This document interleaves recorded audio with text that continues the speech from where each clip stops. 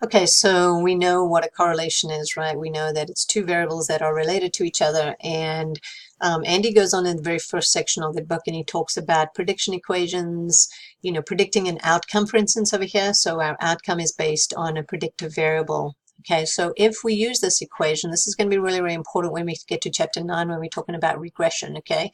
Because x1 is your predictive variable and then your outcome is what you're predicting, right?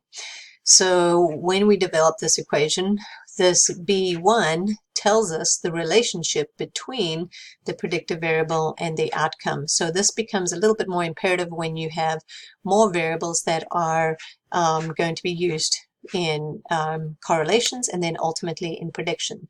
But correlations, as you know, looking at the relationship between two variables, correlations generally are a descriptive type of stat. So they describe the relationship, but they don't give us a whole lot of information, but we can get a whole lot more when we do regression, and that'll be chapter 9. So that's just a brief introduction to correlation.